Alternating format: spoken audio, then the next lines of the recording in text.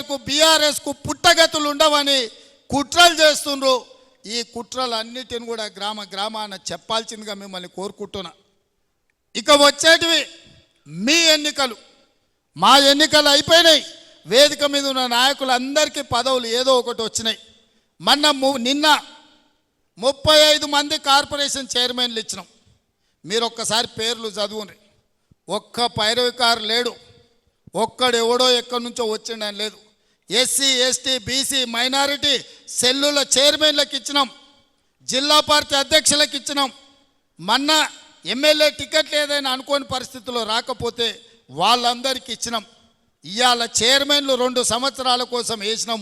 ఇవాళ పేపర్లల్లో ఇవాళ పేపర్లలో పేర్లు రాశారు. ప్రతి కాంగ్రెస్ పార్టీ కోసం కష్టపడ్డోళ్ళకే ఇచ్చినాం. ఒక్క పైరవికారుని కూడా ఇవ్వలేదు.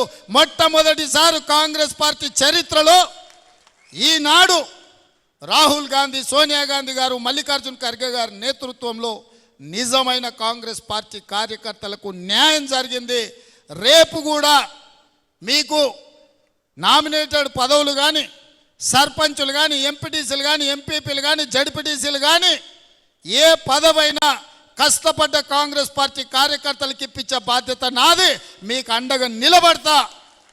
మా ఎమ్మెల్యేలందరికీ కూడా నేను స్పష్టంగా చెప్తున్నా, ఎవరైతే పార్టీ కోసం కష్టపడ్డారో, పార్టీ గెలవడం కోసం కొట్లాడినరో వాళ్ళకే పదవులు ఇవ్వాలి. ఇవాళ కార్యకర్తలు అక్కడ ఉంటేనే మనం ఇక్కడ ఉంటాం. వాళ్ళే అక్కడ లేకపోతే మనకి వేదిక ఉండదు, ఈ కుర్చీ కూడా ఉండదు అని చెప్పి మా ఎమ్మెల్యేలందరికీ నేను చెప్పదలుచుకున్నా. వాళ్ళు బలంగా ఉన్నప్పుడే, గ్రామాలలో వాళ్ళ గౌరవం ఉన్నప్పుడే మనం గ్రామానికి వెళ్తే మనకి ఇంత ఇజ్జత్ ఉంటుంది. ఊర్లో మనోనికి ఇజ్జతే లేకపోతే ఊర్లో ఏడికి పోతాం మనం? ఊర్లోకి పోతే సాయి ఇచ్చేటోడు కూడా దొరకడు.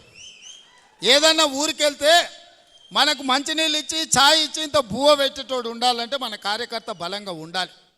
సంక్షేమ పథకాలు కూడా, మనం ఇచ్చే పథకాలు కూడా మన కార్యకర్తలను అడగండి. మన కోసం కష్టపడ్డోళ్ళు ఎవరున్నారో వాళ్లకు ఇవ్వండి అని చెప్పి నేను ఎమ్మెల్యేలందరికీ సూచన చేస్తున్నా. ఎందుకంటే పార్టీ బలపడ్డప్పుడే, పార్టీ బలంగా ఉన్నప్పుడే మన ప్రభుత్వం బలంగా ఉంటుంది. సోనియా గాంధీ గారు, రాహుల్ గాంధీ గారు నాకు అదే మాట చెప్పినారు.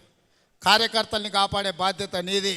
3 ఏళ్ళు నీ ఎంబడి నిలబడ్డారు, నీ వెనకాల నిలబడ్డారు, కట్టె పట్టుకొని నిటారుగా నిలబడి కొట్లాడినరు.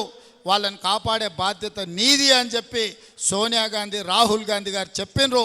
మీ అందరితోనే ఆ విషయాన్ని పంచుకుందామనే ఇవాళ నేను ఇక్కడికి వచ్చిన.